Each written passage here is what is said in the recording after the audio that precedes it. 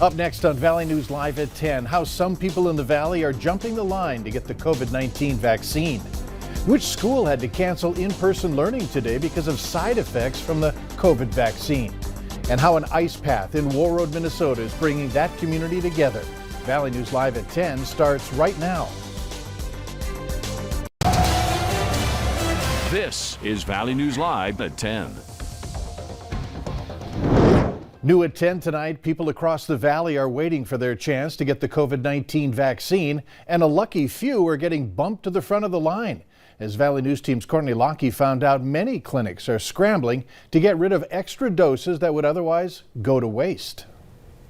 Fortune struck Kara McDonald Thursday afternoon. The Frazee woman heard a clinic in Mahnomen had extra doses of the COVID-19 vaccine, so she gave them a call. I said, what do I do? And she goes, you just come up. It's a first come, first served basis. And so I left today, work at noon and drove up there. She's one of the lucky few benefiting from leftover doses that otherwise would go to the trash at the end of the day. We have 6 hours once we open that vial to use up those doses. Clay County Public Health tells us they're seeing a lot of this in clinics. It's a matter of right time, right place. Sometimes people near a clinic are offered the leftover shot. Other times, healthcare workers go looking for recipients. And some clinics keep a waiting list of those who've called seeking the vaccine. Rather than waste a dose, we will contact those folks, and if they're able to come over, within a few minutes, maybe up to a half an hour, then we can at least vaccinate another person. SAP says they do what they can to give extra doses to those in the same tier, but getting a dose in anyone's arm is better than throwing it out. I've heard horror stories from people getting COVID, and I don't want to be that person. In 8 weeks, Clay County says they haven't wasted a single dose and hope they never have to. In Minnesota, Courtney Lockie,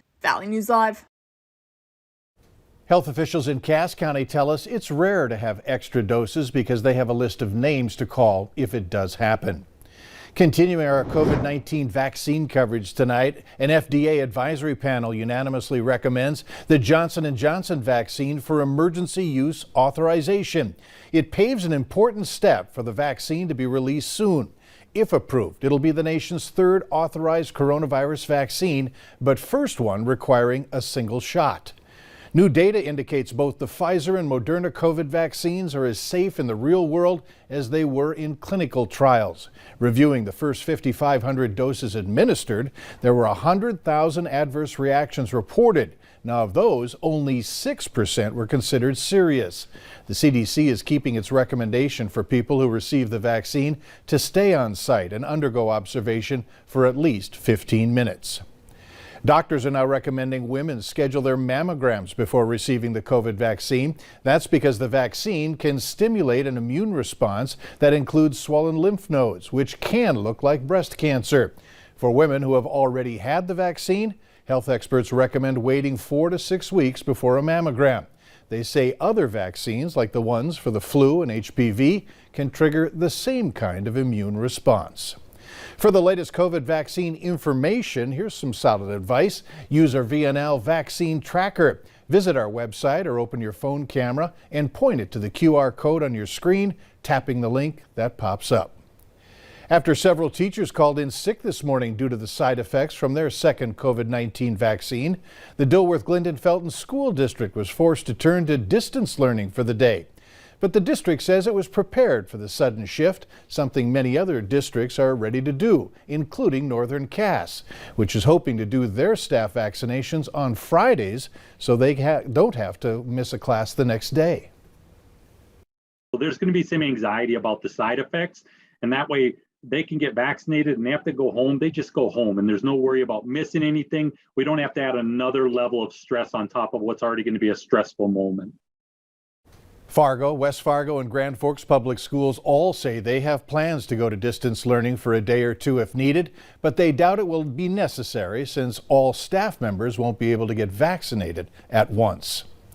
In your crime alert news tonight, police are looking for a gunman after an 18-year-old was shot in Moorhead early this afternoon.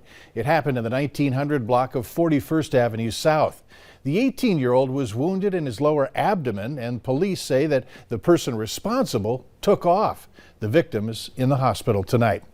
A 26-year-old man says that he shot a man in Valley City last night, and he says he'd do it again. It happened in the 500 block of 11th Avenue Southwest. Alex Meridian admitted that he shot the victim in the abdomen intending to kill him. He's charged with attempted murder. The victim is recovering in a Fargo hospital. Fargo police are still looking for this man, Brandon Grant, who's accused of shooting 3 people at a downtown bar. Grant is considered armed and dangerous. He's accused of attempted murder and aggravated assault with a dangerous weapon. If you see him, you are advised to call police. Former West Fargo teacher Ron Thompson is out after bond was set today at $25,000. He made his first court appearance this morning on a charge of luring a minor for sex online. Police say evidence seized in the investigation shows explicit conversations and photos between Thompson and a girl he believed to be 14 years old, who was actually an undercover officer. Thompson's next court appearance has been set for late March. The Biden Justice Department will intensify its commitment to prosecuting hate crimes in the United States. The head of the DOJ's Civil Rights Division issued a strong statement today to put the country on notice that hate crimes cannot be tolerated. Leaders say the U.S. is facing a rise of bigotry and hatred, and the Civil Rights Division is trained and ready to prosecute these crimes, working closely with the FBI and local law enforcement. Sweeping security changes are being recommended to better protect our nation's lawmakers. House Speaker Nancy Pelosi asking for a review of security at the Capitol. The review recommends adding more than 1,000 Capitol police officers, establishing a quick reaction force composed of a National Guard military police battalion to be on standby for future crisis situations in Washington, plus building walls and fences around the Capitol complex.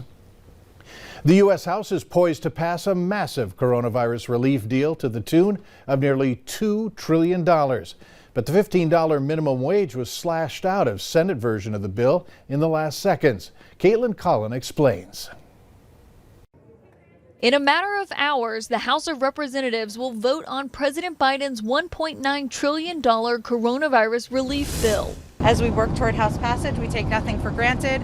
The package is the result of weeks of work by the White House and Democrats. I'm just going to knock on wood here. Hope that's okay. If the bill passes, I certainly would expect you to hear from the president. The bill includes $1,400 stimulus checks, extended jobless benefits, an increase to the child tax credit, additional funding for small businesses, and $130 billion for schools.